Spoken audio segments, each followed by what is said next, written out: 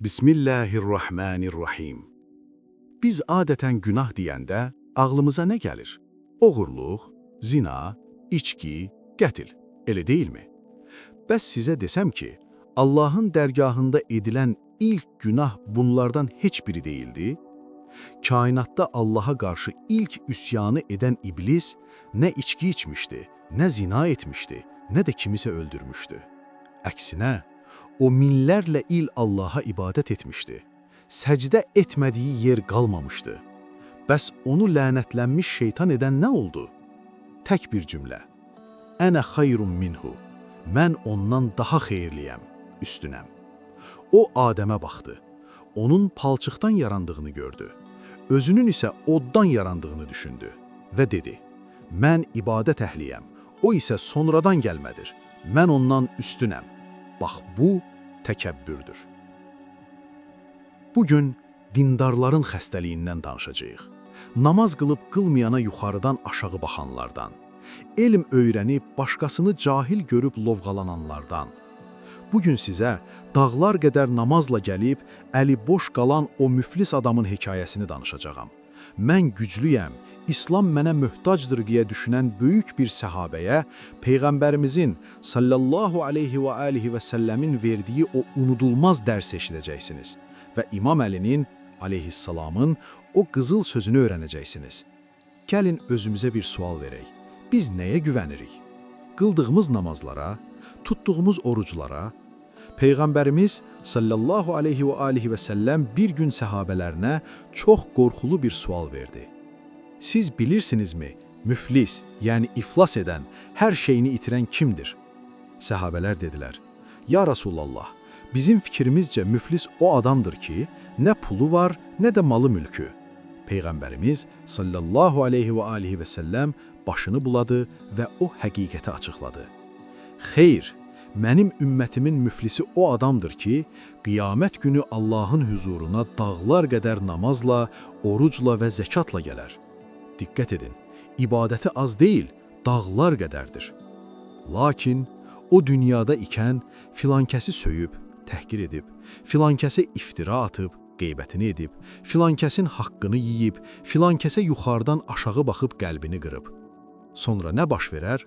Allah o haqq sahiblərini çağırar.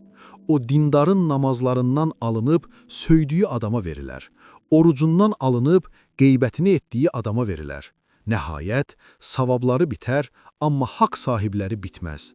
O zaman o məzlumların günahları alınar və bu ibadət edənin üzərinə yüklənər və nəticədə o üzüstə cəhənnəmə atılar. Fikir verin, pinəçi başqa pinəçiyə həsəd aparar. Bəs dindar kimə həsəd aparar? Başqa bir dindara. Niyə o daha çox tanınır? Niyə cəmaət ona daha çox qulaq asır? İmam Əli aleyhissalam buyurur: Həsəd aparan insan əslində Allaha qəzəblidir. Çünki o, Allahın qismətinə, yəni bölgüsünə etiraz edir. Xaricdə dindar, daxildə isə Allaha etiraz edən bir üsyankar. Bəzən dindarlar, xüsusilə də imkanlı və ya cəmiyyətdə mövqeyi olan dindarlar belə düşünürlər. Mən daha çox sədəqə verirəm, mən daha güclüyəm, mən İslam üçün daha faydalıyam. O kasıb, zəif adamın nə xeyri var ki? Bu düşüncə hətta cənnətlə müjdələnmiş böyük səhabə Səd ibn Əbi Vəqqasın qəlbindən belə bir anlıq keçmişdi. Səd radiyallahu anhu çox cəsur, oxatan və zəngin bir səhabə idi. Bir gün o, özündən aşağıda olanlara, kasıblara və zəiflərə baxdı və qəlbindən keçirdi ki, mənim onlardan bir üstünlüyüm var, mən daha güclüyəm, mən daha çox iş görürəm. Peyğəmbərimiz sallallahu aleyhi və alihi və səlləm onun bu halını hiss etdi və ona elə bir cümlə dedi ki, bu cümlə Sədin və bizim bütün təkəbbürümüzü yerlə bir etdi. Rasulullah sallallahu aleyhi və alihi və səlləm buyurdu: Sizə ancaq sizin zəiflərinizin, yəni o bəyənmədiyiniz kasıb, məzlum, səssiz insanların sayəsində ruzi və qələbə verilər. Dayanın və düşünün. Siz deyirsiniz, mən qazanıram. Peyğəmbərimiz deyir, yox. Siz deyirsiniz, mən bacarıram. Peyğəmbərimiz deyir, yox.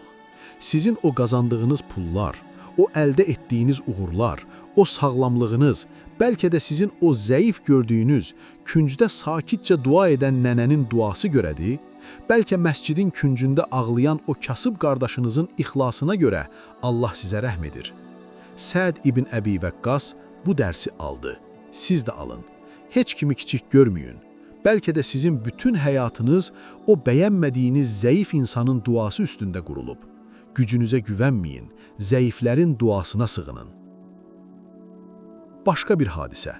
Peyğəmbərimizin məclisində varlı, dindar, gözəl geyimli bir adam oturmuşdu. Onun yanına kasıb, paltarı köhnə bir səhabə gəlib oturdu. Varlı adam sanki o kasıbın paltarı ona dəyib onu çirkləndirəcəkmiş kimi ətəyini yığışdırdı və özünü kənara çəkdi. Peyğəmbərimiz sallallahu aleyhi və alihi və səlləm bunu gördü. Üzünün rəngi dəyişdi və soruşdu.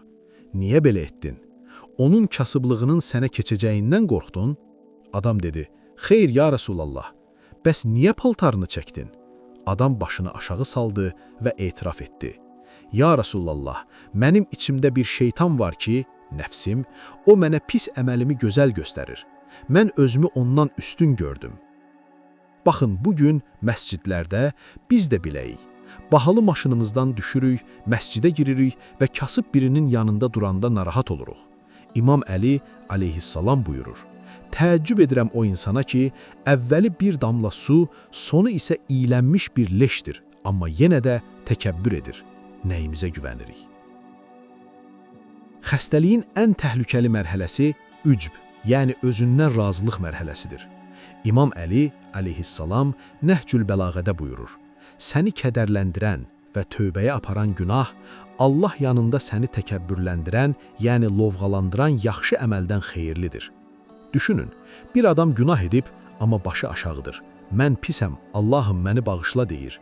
Digəri namaz qılıb, amma başı dikdir. Mən nə gözəl qulam deyir. Allah yanında o günahkar bu abiddən daha sevimlidir. Çünki Allah sınıq qəlblərdədir. İndi isə, əziz və dəyərli izləyicilər, gəlin özümüzə, o dindar qiyafəmizin altındakı əsil mənə baxaq. Aynaya baxanda saqqalınızı, hicabınızı, təsbihinizi görürsünüz. Bəs qəlbiniz? Orada mən güclüyəm, onlar zəifdir deyən bir təkəbbür varmı? Gəlin bugün o bütləri qıraq. Mənimlə birlikdə təkrar edin. Allahım, güc və qüvvət yalnız sənə məxsusdur. Yəni, mənim heç bir gücüm yoxdur. Nə edirəmsə sənin lütfünlə və zəiflərin duası ilə edirəm. Rəbbim, qəlbimdəki həsədi çıxar. Mənə qardaşımın xeyrini istəməyi nəsib et. Mənə paxıl qəlblə huzuruna gəlməyi nəsib etmə. Nəfsimi mənə kiçik, səni gözümdə böyük et. Mən torpağam, mən heçəm. Böyüklük yalnız sənə yaraşır. Məni təvazükar et. Ya muqallibəl qulub, ey qəlbləri çevirən, qəlbimi riyadan, təkəbbürdən, özünü bəyənməkdən təmizlə. Mənə səlim qəlb ver.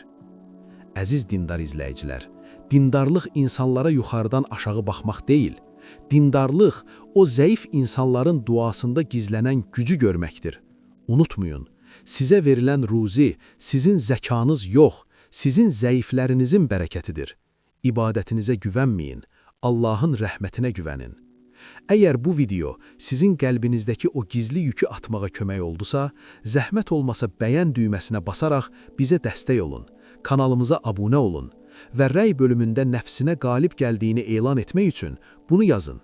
Allahım, məni mənə buraxma, qəlbimi təmizlə. Qəlbiniz təmiz, ibadətiniz xalis olsun. Hələlik, Allah amanında.